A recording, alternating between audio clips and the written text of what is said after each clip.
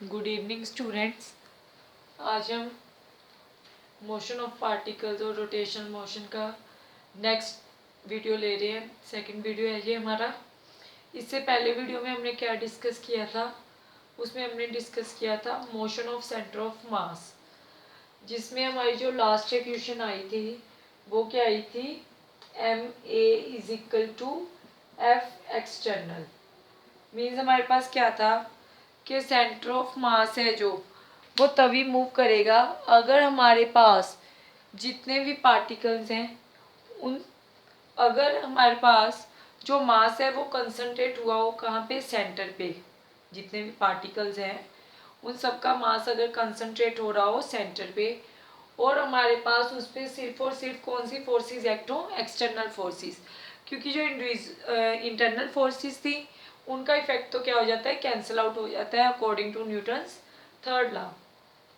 और आज हम डिस्कस करेंगे लीनियर मोमेंटम या फिर momentum of system of a particle. Clear है?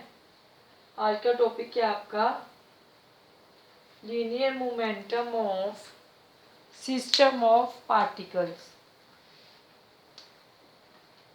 लीनियर मोमेंटम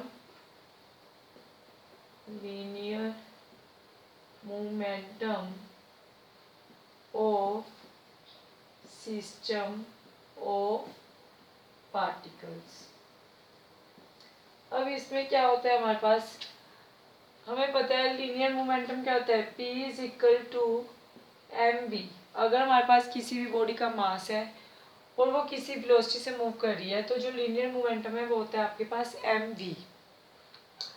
अब न्यूटन थर्ड लॉ क्या वो कहता है, अकॉर्डिंग टू सेकंड लॉ के अकॉर्डिंग क्या है, जो हमारे पास फोर्स होती है वो किसके इक्वल होती है, that is rate of change of momentum. Clear है?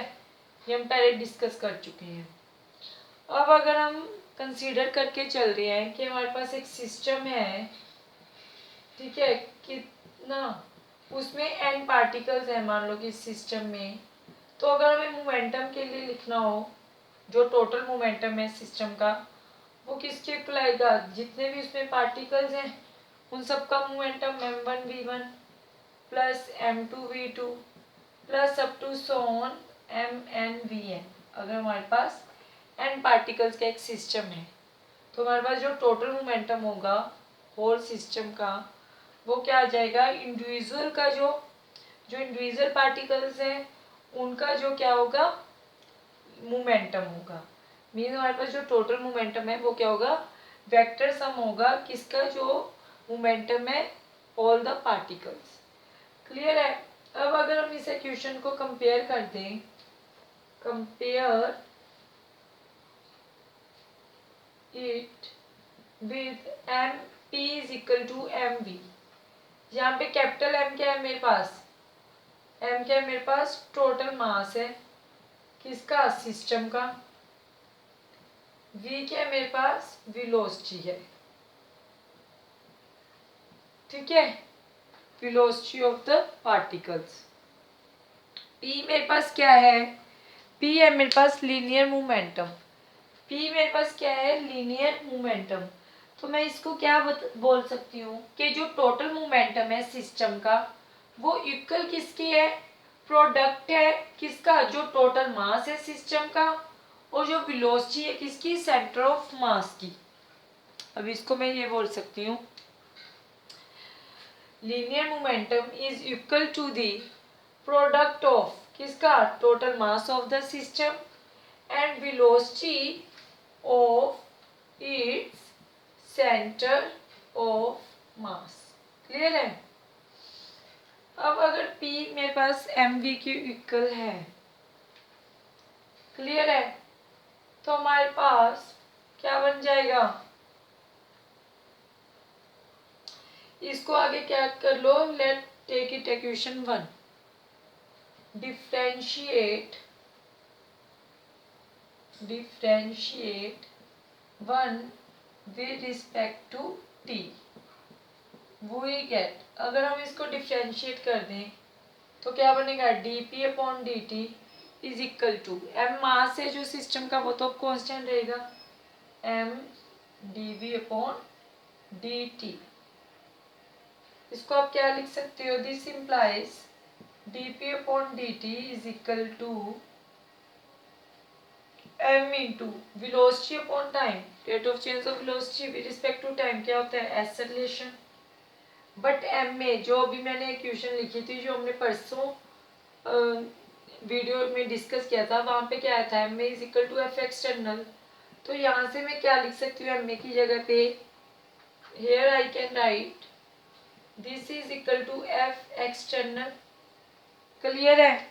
तो मीन्स जो मेरे पास rate of change of momentum है, या फिर मैं बोल सकती हूँ कि जो मेरे पास न्यूटन का सेकंड लॉ था, उसको मैंने एक्सटेंड कर दिया किसके लिए, सिस्टम ऑफ पार्टिकल्स के लिए।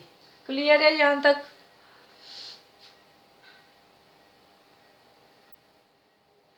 अगर अब हमने इसको इंक्रीज कर दिया, ठीक है, तो हम इसको क्या लिख सकते हैं, अब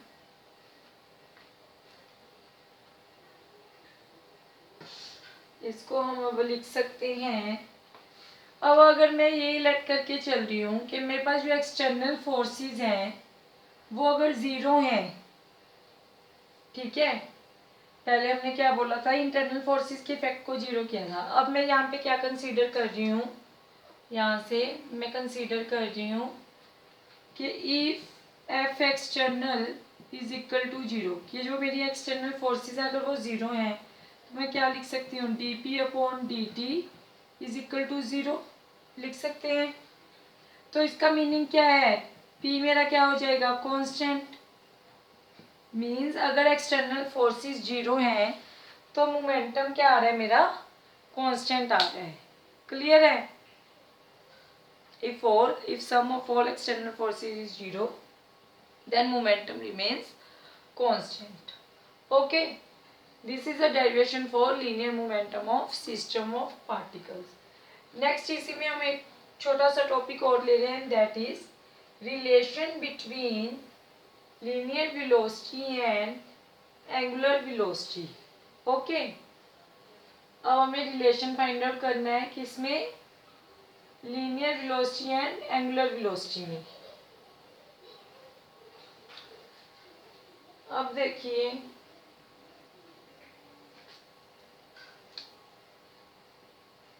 उसके पहले हमें क्या समझना पड़ेगा, एंगुलर डिस्प्लेसमेंट को।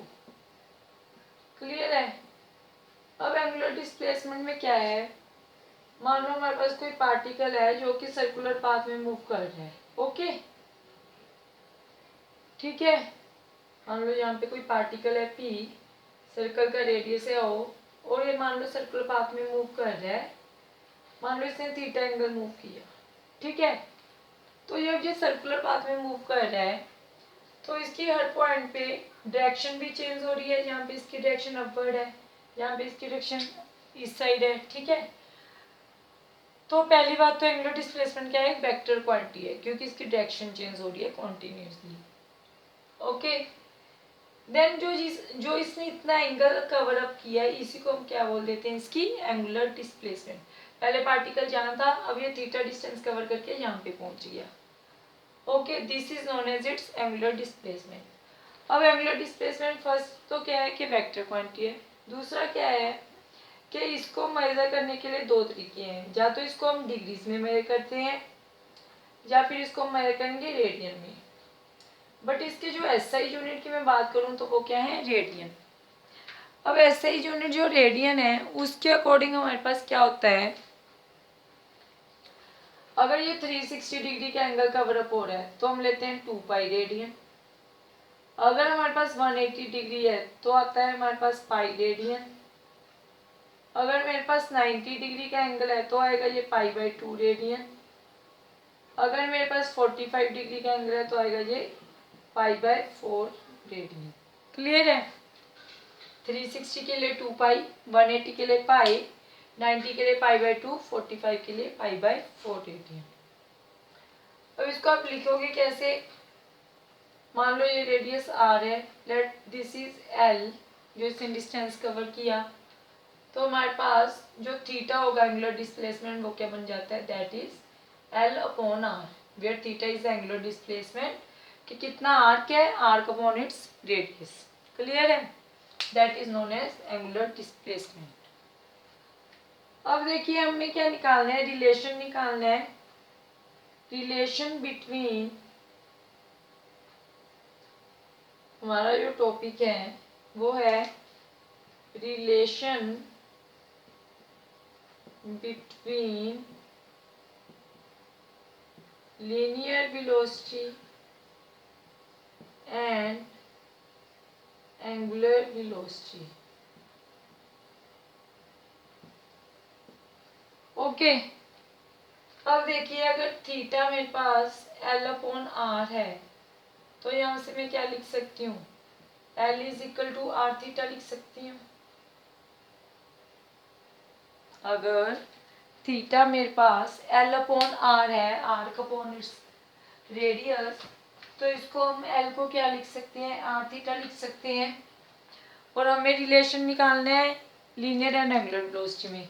अब क्या करो, टेक इट वन, इसको आप डिफ्रेंशिएट कर दो, differentiate with respect to time, we get, तो क्या आ जाएगा, D L upon D T is equal to, R तो रेडियस कांस्टेंट रहेगा सर्कल का, D theta upon D T, but length upon time तो क्या होती है हमारे पास, velocity, angular displacement theta upon T हमारे पास क्या होता है, दैट इज ओमेगा।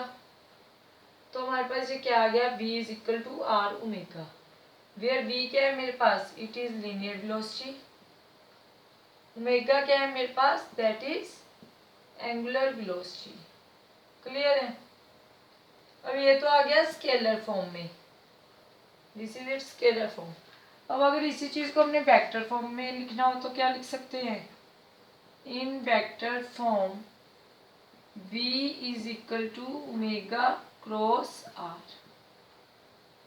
क्लियर है, वेक्टर फॉर्म में क्या लिखोगे, ओमेगा क्रॉस आर। जैसे हम कैसे लेते थे, अगर ए वेक्टर है आपका, बी वेक्टर है, this is A, this is B, तो क्या लेते थे, A cross B is equal to A B sine theta into में एन कैप। और हम कैसे निकालते थे A cross B, right hand thumb rule apply करते थे, right hand thumb rule apply करना पड़ता था। उसके अकॉर्डिंग क्या होता था, हम फिंगर्स को कर्ल अप करते थे ए से बी की तरफ, तो मेरा थंब क्या है, it point outwards, means out of plane में डायरेक्शन आ रही है। अब अगर बी क्रॉस से निकालना हो तो मैं फिंगर्स किस तरीके से कर्ल करूंगी, तो थंब क्या जा रहा है, inwards, means in the plane में डायरेक्शन आ रही है। सिमिलरली जो यहाँ पे मेरे पास डिस्प्लेसमेंट है, angular displacement, it always it is a axial vector. Axial vector का मीनिंग क्या है, कि जो इसकी डायरेक्शन होगी वो एक्सिस के अलोंग होगी। ठीक है, लाइक अब क्या हो रहा है, हम right hand thumb rule apply करेंगे यहाँ पे, मान लो हम इस डायरेक्शन में मूव कर रहे हैं ना, इस पॉइंट पी पॉइंट से यहाँ पे पहुंचे हैं, तो हम फिंगर्स को अपना कर्ल अप करेंगे, तो मेरा थंब क्या आ रहा है, आउटवर्ड्स, मीन्स जो एंगुलर डिस्प्लेसमेंट है उसकी डायरेक्शन क्या आ रही है, आउटवर्ड्स। अगर अब हम डायरेक्शन इसकी ऐसे ले लेते हैं और ये इस तरीके से मूव कर रहा है, तो मैं फिंगर्स को कर्ल अप करूंगी इस तरीके से, तो मेरा थंब क्या जा रहा है, इनवर्ड्स। तो राइट हैंड थंब रूल के अकॉर्डिंग मेरे पास डायरेक्शन क्या आ जाएगी एंगुलर डिस्प्लेसमेंट की, that is inwards, means in the plane. I think you understand how to find relation between linear and angular velocity, linear momentum of system of particles and what is angular displacement. Next video में हम further topics discuss करेंगे। Okay, thank you.